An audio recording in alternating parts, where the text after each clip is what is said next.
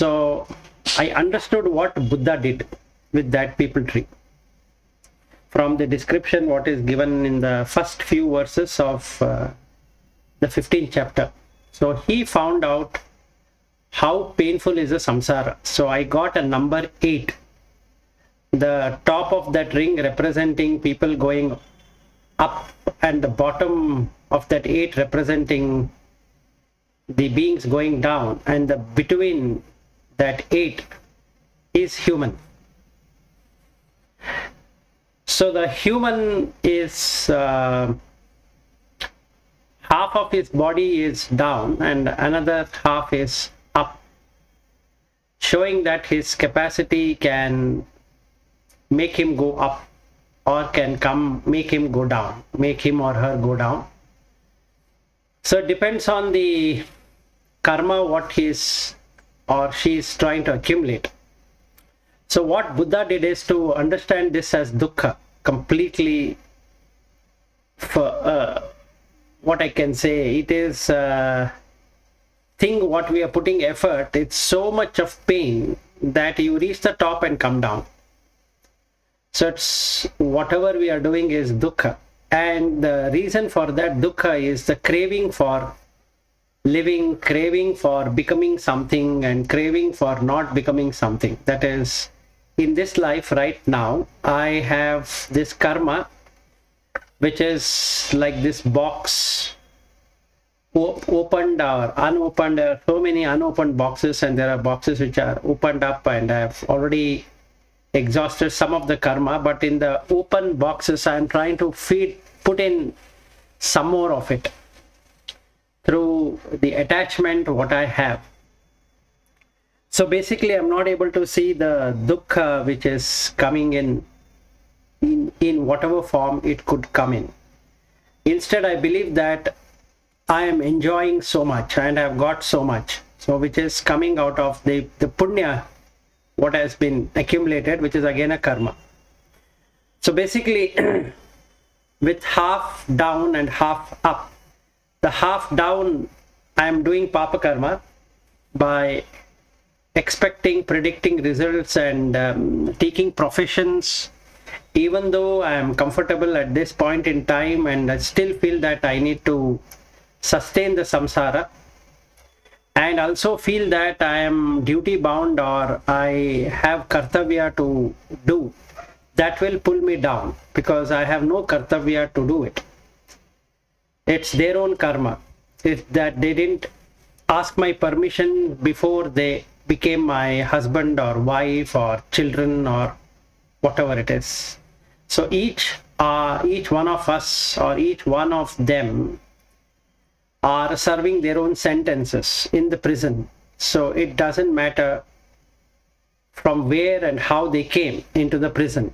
That's not an important thing. The important thing is that they are going to go one day from that prison into another prison. That is the dukkha, what is going to be there. But still the craving for existence is so much for me that I want to somehow exist. So I want to enjoy the sensual pleasures or try to find sensual senses to be pleasurable, basically through the mind, and then not use the intellect at all in whatever way it should be used. So I am wrongly using the intellect and complaining that I should have become that. And unfortunately, I was not able to become that. Let's say I wanted to become a painter, but I turned out to be a software engineer, and then I wanted to be a painter. So I will keep on creating karma related to painting. So I will start with a freelance painting, and then somehow or the other that manifest in some way, and then the people start joining into my class. So I'm working and as well as doing painting. So I call it as my hobby. But actually what I'm doing is that I'm adding more to the karma. So now I've made some becoming possible, that I want to become painter in this life or some other life. So let's say if this life ends, and then that karma is very strong, and then that next life I will get an opportunity to be born in a family who are painters. What kind of painting I don't know, but they are painters. So I'm born in a painter's home with a lot of smell of paints. So let's say I wanted to be a dancer instead of a painter, then that has to be met somehow. So I'll be born in a family where my enjoyment of dancing can happen, whatever dance that can be. So similarly, we have many of these becoming, and I don't want to become this, I want to become that. So I have another thing that I don't want to become this. So let's say I become a software engineer today and I don't want to be a software engineer anymore. I want to be a scientist rather than a software engineer. So I keep on hating that why did I ever become a software engineer? So that's not becoming. So these three, craving for existence and craving for sensuality and craving for becoming this and not becoming that, is the one which causes the dukkha to manifest in that 8. So yesterday I had this nice experience in the evening twilight hours of meditation, and how I should look at this samsaric tree or this Peepul tree or the Bodhi Vriksha. So the reason why it is called Bodhi is because that a person who has understood and penetrated the 4 noble truths. So from the Buddha's point of view, he was able to see this whole samsaric tree in order. That is, the root is firmly placed, the consciousness being firmly placed. There are these branches and the flowering and the leaves and all that going upwards, and there are roots going downwards also. That means from top one can see people are going down as well. So as many shakha or as many branches are there, so many of them are going down. Okay, the same branch going up has another branch going down. So one going up, one going down, one going up, one going down. So it gives itself a support. So he was able to see this madness tree which goes up and goes down all the time, which is what the samsara is all about. So basically we are addicted to existence, and we are addicted to our own professions, which we feel is real. Even though we have sufficient, we still don't want to call it a day. Call it as whatever, madness or a passion or hobby, or I don't know what else to do, so I need to work and all of that. And that is part of this Peepul tree, which in few seconds we can go there and see for ourselves what it really does. But this was the experience in terms of the first noble truth and the second noble truth, and the third noble truth talks about how one can cut this tree of existence, and the fourth noble truth is the path you have taken to cut that existence. So the 4 noble truths, and that's the reason it is called as Bodhi tree. And coincidentally, the way Krishna is explaining also explains about this 4 noble truths. So they both seemingly go hand in hand, but not in the way what Buddha has explained, but then it's no different. I didn't find any different between what Buddha was trying to point out with steps and what Krishna is able to point out with reasoning. They both seem to be the same. So let's get into the first one, the first verse. So, Urdhvamulam adashakam ashwatham prahuhu avyayam chandhamsi yasya parnani yaha tam vedaha saha Vedavid. Now most of the people confuse this Vedas to be the 4 Vedas. It is not that, it is the knowledge. Each one of these leaves will give you knowledge of existence. It is an existential knowledge, how to exist in life, what you need to do to continue existence. So each one of this leaves provide you with the knowledge, whatever you want to know. This also includes the 4 Vedas, but it is not really the 4 Vedas. So first thing we need to know that Veda in the Sanskrit literature as well as in Adhyatma is majorly to do with knowledge. It can be spiritual knowledge, it can be the materialistic knowledge, but it is just knowledge.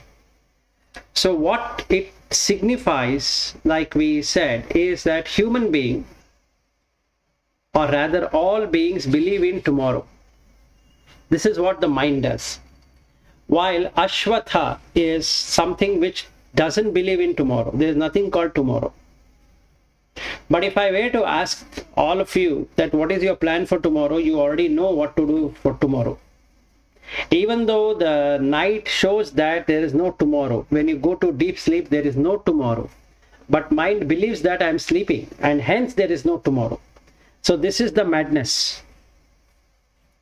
So the illusion created, why, what are we trying to search as illusion or Maya, is this. Knowing very well there is no tomorrow, the being expects that there is tomorrow. So tomorrow I'm going to do this, and next week I will be doing that, and after 1 year I'll be doing this, and this is how my life is, and I have these many sons and these many daughters and wife and or husband and home and all of that. Because there is tomorrow. Like we looked into Mandukya Upanishad also, the waking state represents the past and the future using the present. So there is always a timeline of past, present, future. And that shows to be a continuous existence. Whereas the Ashvatha is something that doesn't have tomorrow. But yet it can withstand tomorrow. That's how the samsara is. And reason it is called a samsara vriksha is because it looks there is tomorrow. Branches going up, branches going down will represent a continuity. So even though there is no continuity of existence, it shows that there is continuity of existence. And we are addicted to a continuity of existence. Only the consciousness is real, everything else is unreal. But however, I seem to become real. This person becomes real in its own view, which is wrong. But yet, that's how it works. So if we take the Ashvatha itself, that's the worldly existence, and it will not last until tomorrow. How? Look at your deep sleep state, there is no tomorrow. You wake up and you call that as tomorrow, but actually there was no tomorrow. This is the first thing what one should see but does not see. Anyway, and that's the reason it is called samsara vriksha. Then we come to the moola of it. Moola is the root. And that is where this consciousness resides. It gives life. It by itself doesn't do anything, but it only provides life. And that life giver in everything, wherever it exists, in that tree, in that samsara vriksha, is called as Brahman. So if we were to ask who is Brahman, it is going to the root of it. That's all. You have seen the root. So the mind now surrenders knowing that this is the root. But mind says that I am the creator. I am the sustainer. I myself is the destroyer. So Srishti Sthiti Laya, or Brahma Vishnu Maheshwara. So you have this madness in the mind which creates this existence, but the consciousness has got nothing to do with what the mind thinks. Mind thinks one way and the consciousness does not think, doesn't do anything. Na karta, na bhukta, like what Bhatt keeps on saying. So that's Brahman. Then the seeds are there. Seeds of ignorance, avidya, and seeds of desire, which is raga. So the major reason why we are here and why we are talking about this is that there is raga in us. Simple as that. And there is ignorance. Ignorance that I exist. So these two things create the Kama Loka. So presently we are in Kama Loka, enjoying the sensual pleasures or having to do with sensuality. So our day starts with identification of home, the bed, the table, the breakfast, and then the family members, and then TV, then office work, and then gossips and all of that, country, religion, learnings, this and that. And this whole thing, what we do in the day and through the evening, is destroyed in the night automatically by the wheel of ignorance. And that is how the samsara works. No matter what the mind thinks, at the end of the day or whenever the person goes to sleep, the plug is removed. So there is no tomorrow. And as much as the mind feels that there is tomorrow, there's no tomorrow at all. And then we have the sprouts. There is this sprouting season, which is in Sanskrit Ankura, and that is the totality of the mind. So when we say whose mind it is the complete mind. And this all mindset taken together, which is enveloped in a thing called a Chetana, is the Hiranyagarbha. So when I say I'm coming from Hiranyagarbha, what it means is that this Chetana, which is, or we can even use another word called Chaitanya, which is part of the Brahman, along with the impressions of Rajas, Tamas, Sattva, enters into the womb of existence. And that when become gross can be called as a human being, can be called as a frog, can be called as a snake and dog and insects and whatnot. The trunk and the branches, the darpa, has the intellect and other subtle body parts, which is the manas, buddhi, ahankara and chitta. So that becomes the part of the sukshma sharira, which is the one which takes birth. And we have the pravala ankura, the tender buds, which are the sense objects. There are 6 senses, 5 external facing, 1 internal facing. The 5 senses we already know. The 6th one is the manas. It is itself an indriya because it can do what the 5 senses cannot do. That is, when there is a sight, it cannot do the sound, it cannot do the taste, it cannot do the touch. So one sense at a time. Whereas mind can add all of it, and then hence it is another indriya. Its basic function is the vishaya, objects. So if you say I have a mind, it means that I am either a gross input taker or a subtle input taker. So subtle is the intellect and the gross is the vishaya, which is the object. So there is this palasha, which are the leaves which keeps on the learning and logic thinking. So learning of everything starting from alphabet, akshara, to the language and connotation and science and grammar and history and physics, chemistry, mathematics and all of that what we have learned so far, including the Vedic recitals. If I am into this Veda Adhyayana or Veda class, if I am going there, or if I am a Christian, the Gospels and the singing and all of that, what I do. And if I'm Muslim, I do something like namaz and offering prayer and all that. And each religion believes in each way of worship. So that becomes the Vedas, the learning and logical reasoning, what is correct, what is not correct, and all of that. So then that logical reasoning comes from smriti, which is called memory.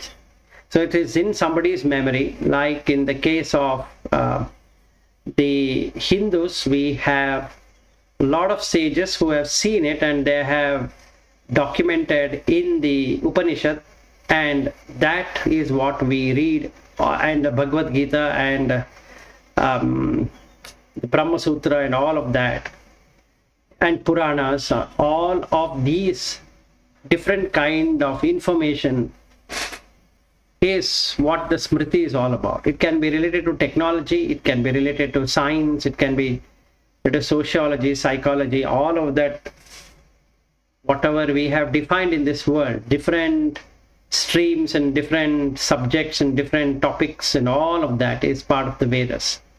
So as many leaves are there, so many are different ways of seeing the same thing.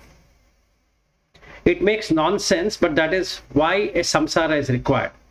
So the person having knowledge in music feels that he should have had knowledge in arts and science and other subjects, so he wants to learn that, and that one life is insufficient, so it is good to take another life to do that. And then I have learned this and I want to learn that. So let us say I have not learned aeronautical engineering and I want to learn aeronautics, and I am not able to do that at this point in time. I have taken mechanical this time and I want to do aeronautical.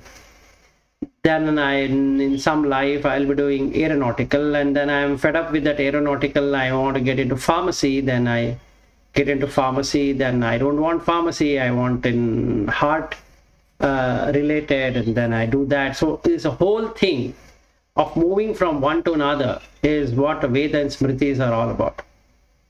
And then you get Supushpa, that is, you get beautiful flowers.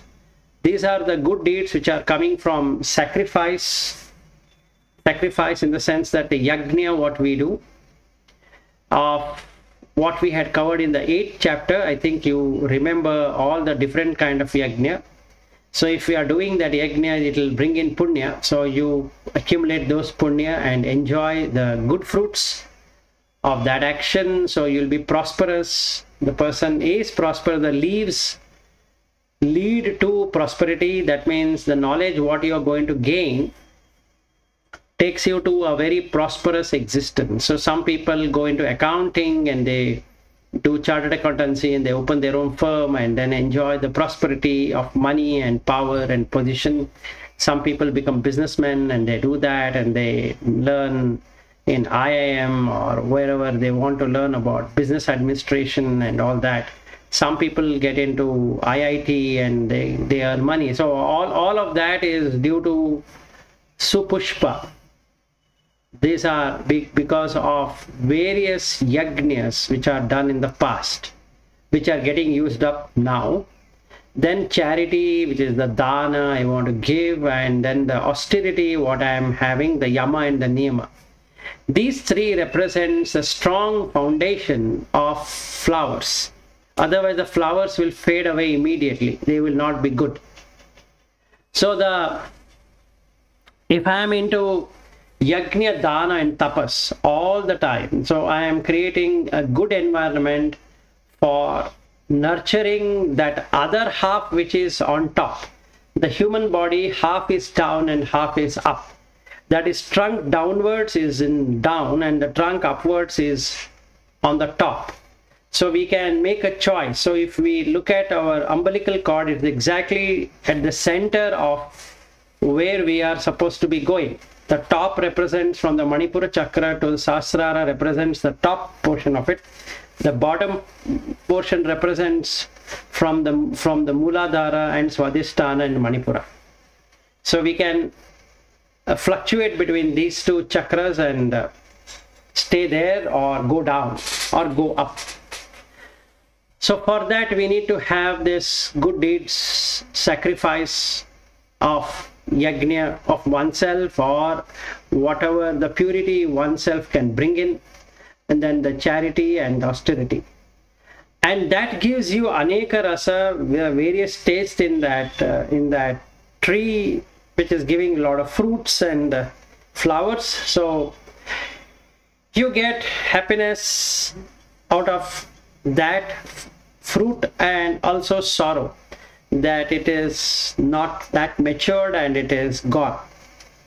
So we have sukha and dukkha, and it has ananta phala. That means it can give endless fruits. So any being can sustain in that mud forever, because the nutrition is there in every given grain, every given piece of that wood has nutrition. So if you are doing like Agnihotra, the peepul trees branches, small twigs are very good because it has the highest amount of medicinal properties. So if you are taking the ashwatha vrikshas, those small twigs, and burning it in the home, it will remove the negativity from the home. So Agnihotra is good to be done.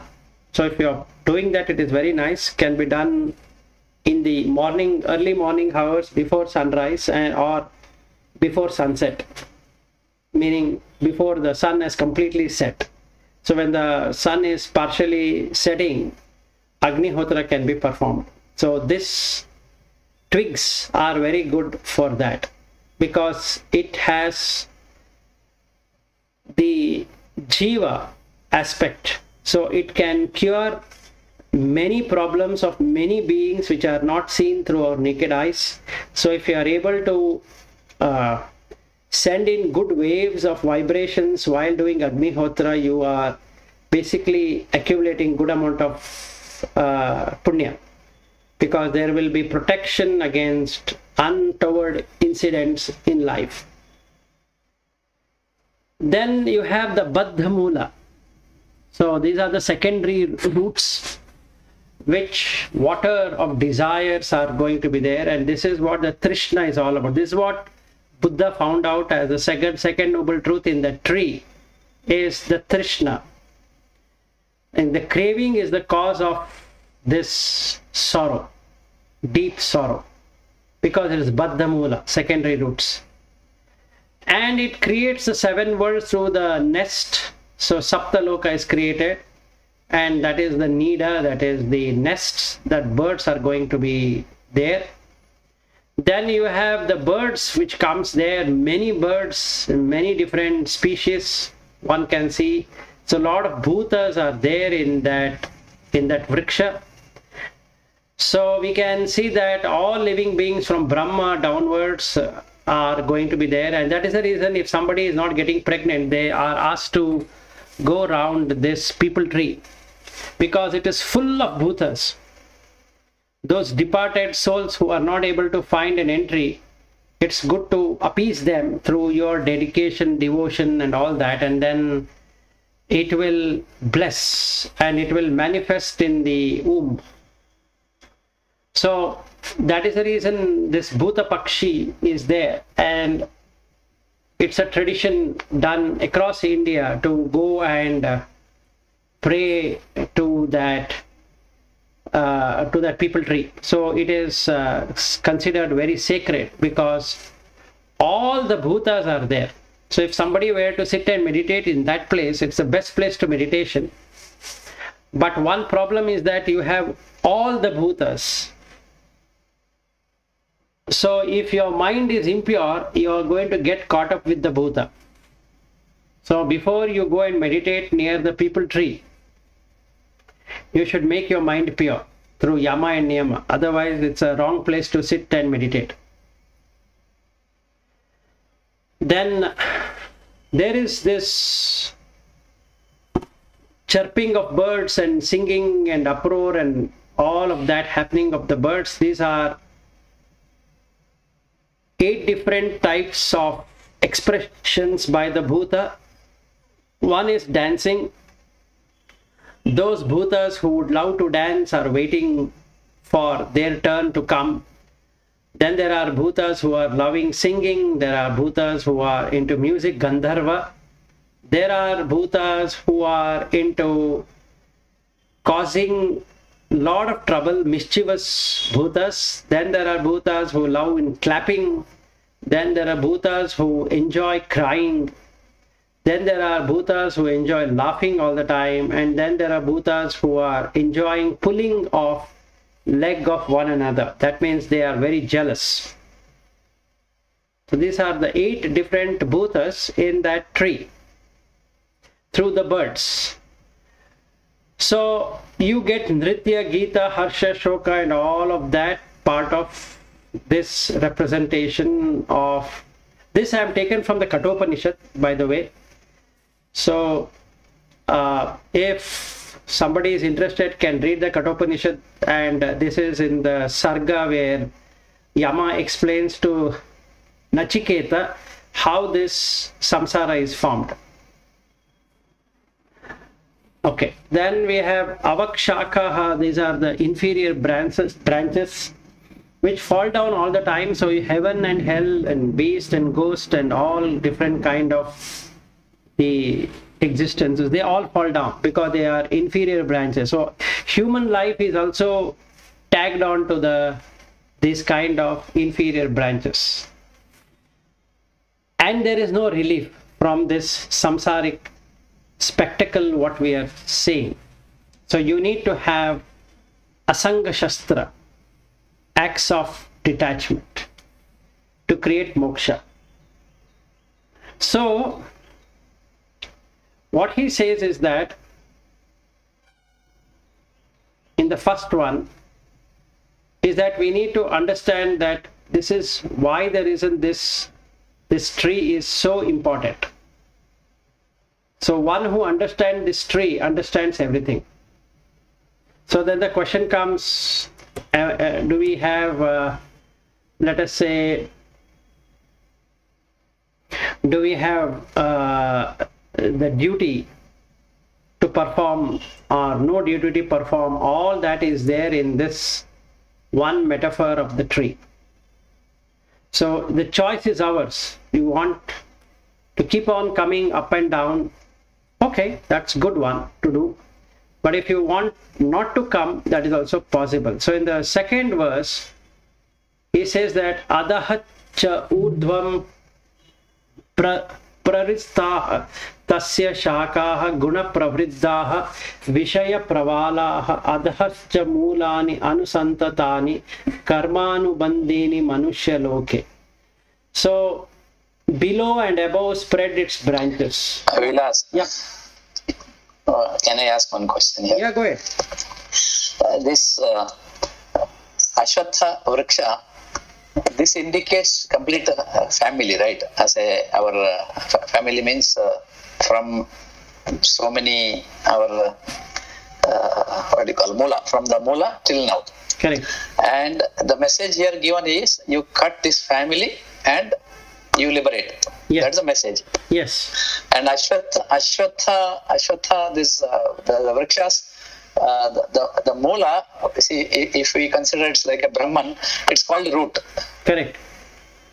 And the leaves you're talking about, all these leaves are like our what do you call? Is it a knowledge or is it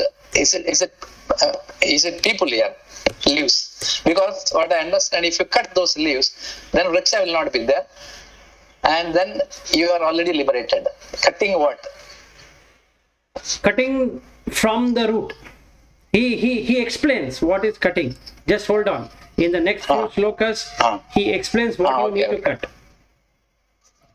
Okay. So idea of a sloka is you cut samsara, correct? Correct. From the Vriksha of Ashwatha Vriksha. Yes. Top and below, both you have to cut. Okay. So you can go ahead. Yeah, sure. So the second shloka, that's the reason yesterday I was telling you that this whole chapter is very funny and very difficult. So let's look at this sentence. Adahascha urdhvam prasita tasya shakaha. Anju, 1 second. So these branches are spread below and above. That means it has a capacity to, that is, the mind has the capacity to pull the consciousness below, and also it has the capacity to take it above. But the problem is that the gunas will nourish it.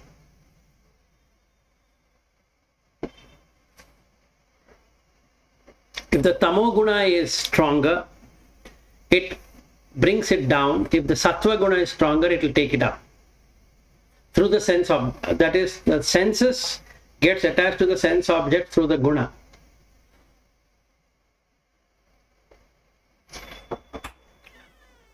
Adascha mulani anusantatani, and below stretch forth the roots. It goes totally down, which cannot be seen by anyone. Karma anubandhini manushya loke. So action starts from then. When we say action, it is phala pekshe or phala as an action. So you will have karma.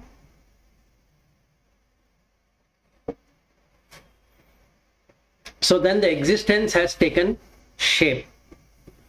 So the nourishing, the guna, is according with desire.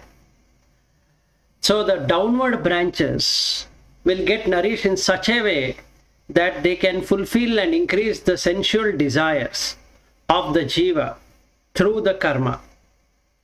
The upward branches which are there, this requires lot of investigation, lot of devotion, bhakti, wherein at least 30 of the 40 qualities should have got imbibed in that person, as indicated in the Bhakti Yoga. Then only that intuition and insight and all that is going to happen. And either way, that consciousness will develop both of them. It will develop the below things and also it will develop the above things. It doesn't make a distinction between the below and above.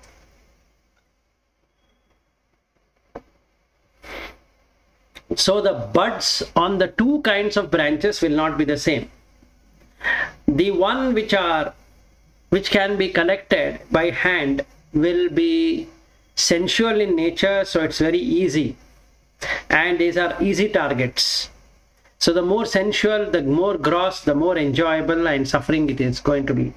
The only thing you need to do to have a sensual enjoyment is to identify with the name and form. So you call an object and make it a wife, you call another object and make it a husband, and you have another object which comes by itself, but say that it is my son and my daughter, and you're done with it. So now you have a complete sensual enjoyment and anxiety, worry and everything added to it. So it becomes a nice recipe, a good salt and sugary dish. So the sukha dukkha are going to work. Whereas the other one is more of giving that up. Then only the insights are going to happen. And these roots which are bringing nourishment, that is the consciousness which is bringing the nourishment to the branches, definitely is not concerned with what the nourishment it is used for. It just does its function. And it is indifferent to what the branches are going to feel. Whether it is going up or going down, it cares little of that. That is what the consciousness, Brahman, is all about. So both activities are nourished. So you get a spectrum of activity that can be supported in that entire tree. So the Manushya Loke is a metaphor given because he is talking to Manushya, but then there are Devas, the Brahmas and all of that. And the Trichak Yoni, and that is animal, Preta, all of that is part of the existence. So all living in that tree don't see others staying in that tree. And they are nourished equally by the consciousness. So the nature of things which is supporting it really permits it and tolerates whatever is happening. So the joy and sorrow are both seen by that consciousness. So the root of a tree which are below the ground cannot be perceived.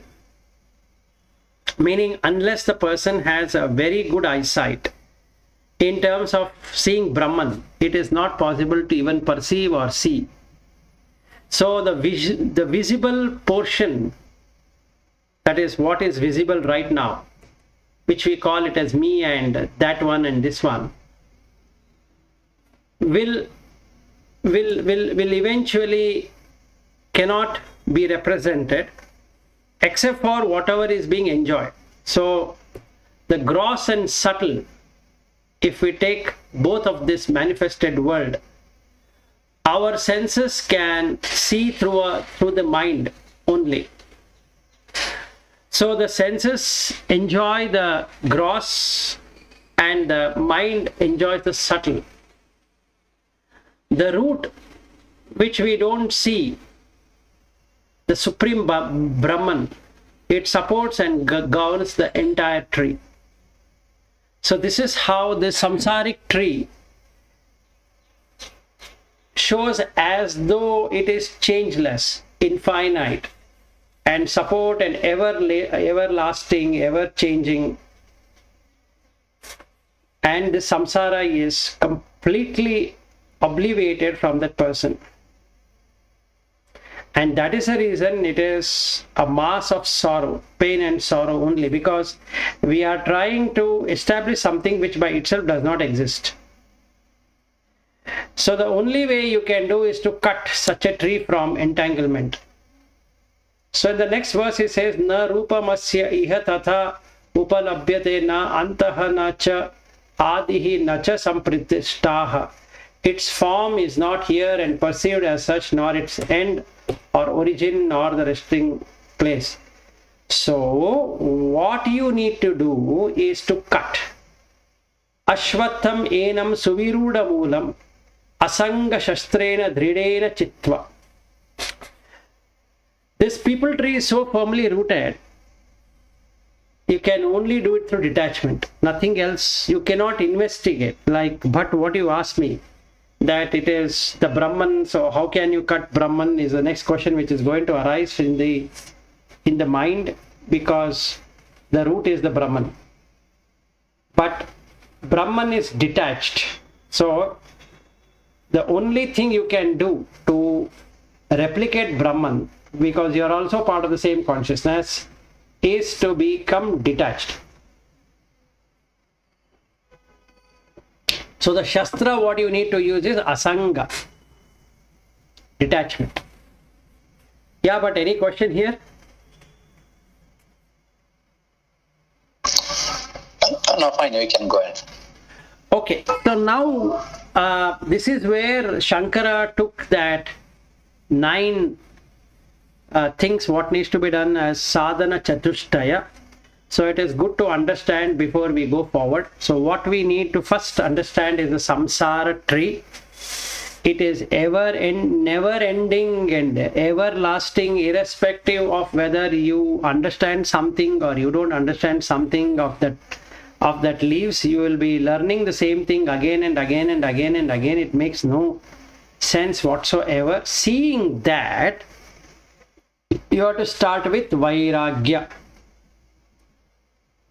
That's the first thing. Seeing this tree. So my sincere wish here is that by the end of the shloka, we would have seen the Purushottama. Hopefully.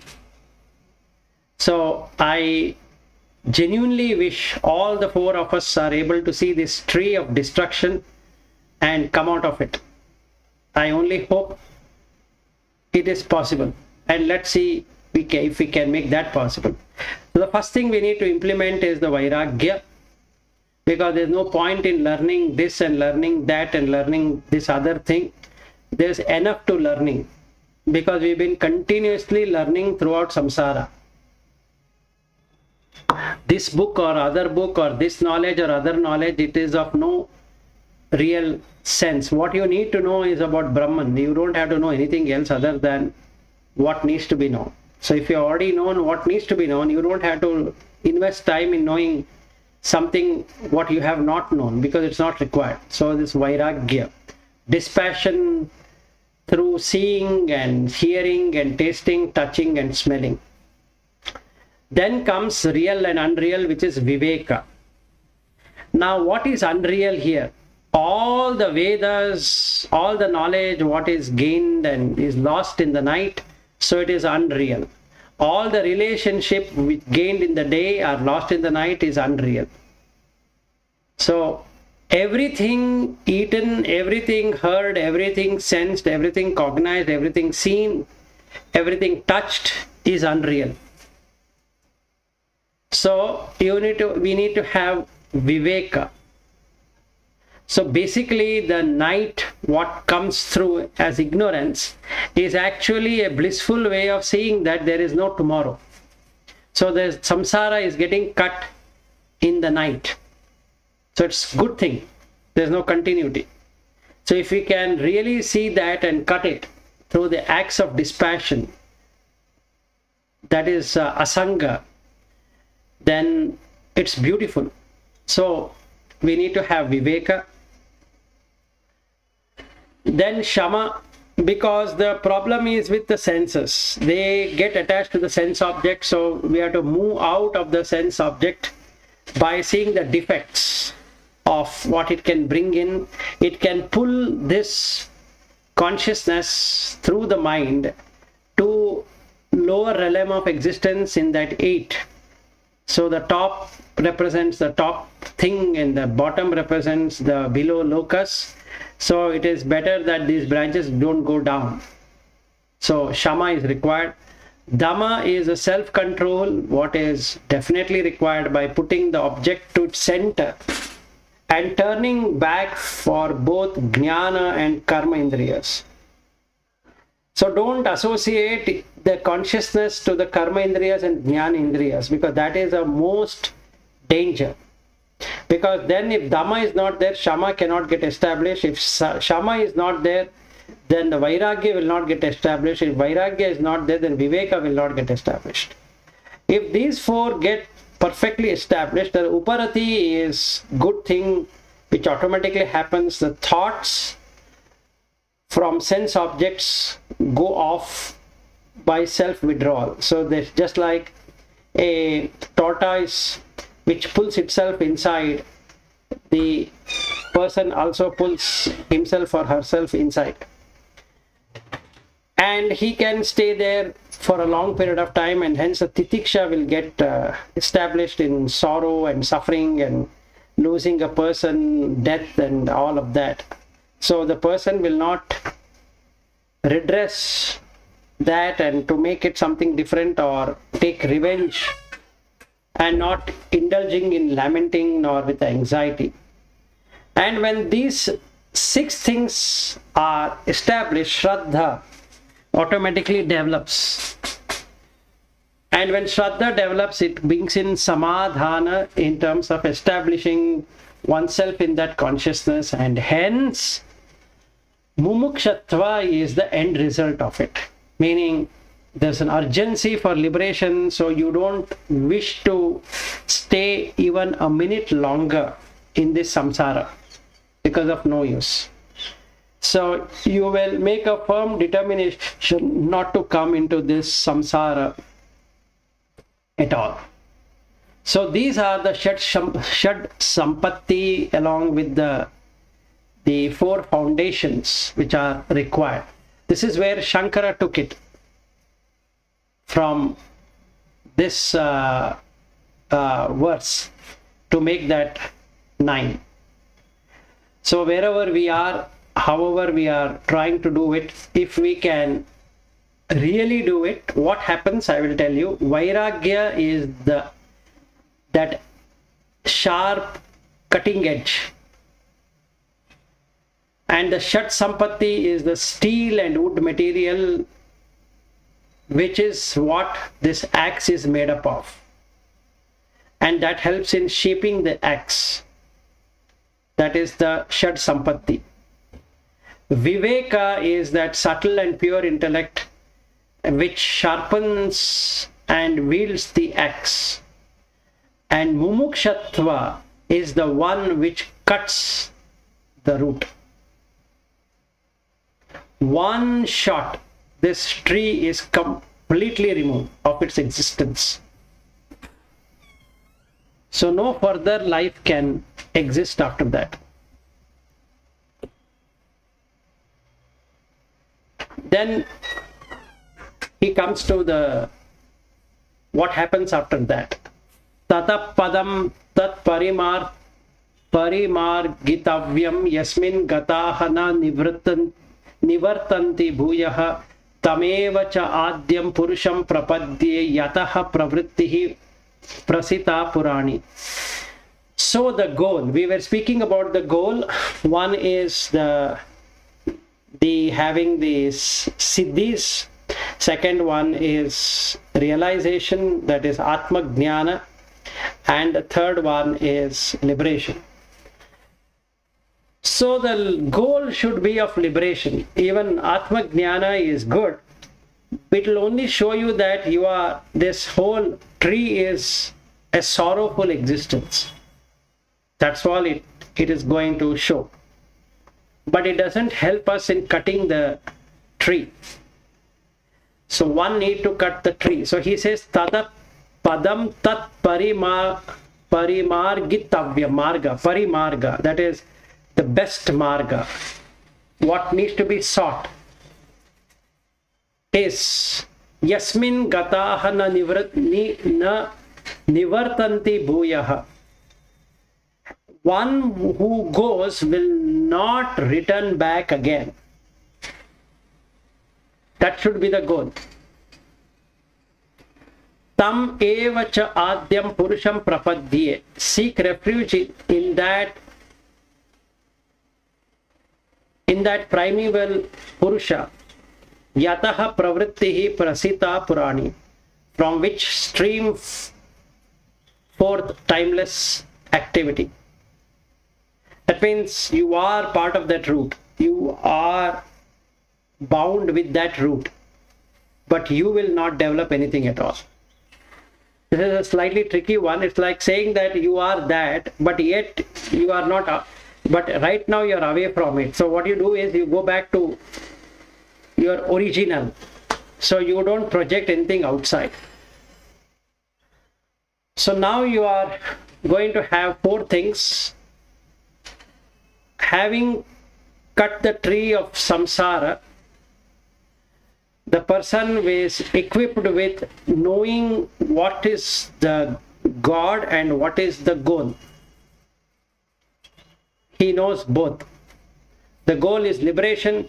God is merging himself with his own conscious or consciousness, an individual consciousness with the supreme consciousness. So there is no transmigration of the soul because there is no soul. There is nothing called as soul. There is no Atma anymore because there is no return. And hence the sadhana is full. And the pravritti marga, that is the karma for exhausting the karma, he now comes into nivritti marga where there is no karmas created, only karya. If we are looking at the kartavya way of doing things, then it's only karma what is getting created. No karya is done. It's only the karma. So surrendering to the divine, he then stops, or he or she stops working towards the world and works towards himself or herself in such a way that there can be no kartavya at all. And that is complete liberation. So that is what one needs to be doing. I think we'll take the remaining in the next, that is tomorrow. Or tomorrow is a holiday, or how do you want? Tomorrow holiday. I have some program about that only. Rudram Parayana. Okay. So any questions or anything you want to add?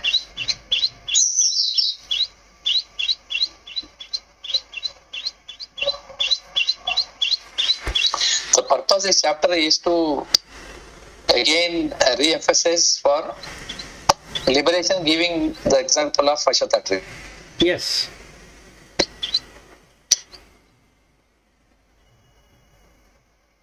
There is no. But this is already covered in various chapters, right?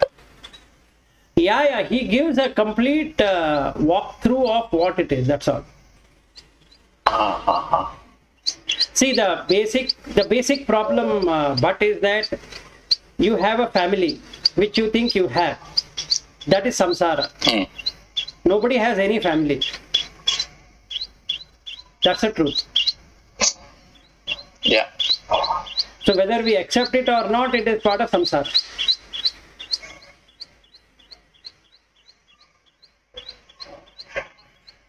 If I say there is a family, that means I am in samsara. If I say I don't have a family, then I am liberated right there. Yeah, but generally in our mind, continuation of samsara comes naturally. That that vamsha, vriksha has to grow. That is what we always think, and that is good, and we celebrate it. Correct. But from this angle, more you grow the vriksha, there are so many people around you, so many people means a lot of complication now. For you alone, it is achieving maybe easier compared to when you have so many people around. But is there a requirement, a continuation of this samsara, and then you jump into spirituality? Or from the day one, if you are unmarried, getting into spirituality is the only best option? No, it's not about marriage or no marriage. It is about it's your inner growth, not external growth. You need to understand the people tree. So what I suggest in the tomorrow being holiday, if you can go to Ashwatha Vriksha and study how the roots are going up and how the roots are going down, and just sit there and watch it. Don't try to meditate, but try to watch it. And take the leaf and see how the leaf represents the Vedas or the knowledge. It's very, very, very nice, the structure of the leaf. Yes, it is very nice. So indeed it is the best way to see it. But then if you can do that tomorrow as exercise, then you decide for yourself whether you should have started with that, or you want to start now, or you want to start later, or however.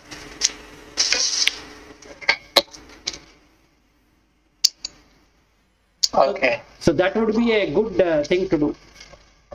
So that would be our assignment for all four of us tomorrow, to study this Ashwatha Vriksha based upon what you have learned. Okay. Okay, so it is almost Fine, time. Ulas. Thank you. Okay, all right. See you tomorrow. Sorry, see you on Friday. Happy Mahashivaratri. Yeah, for same all. to you. Yeah, thank you. Okay, bye. Thank you Bye. very much. Bye.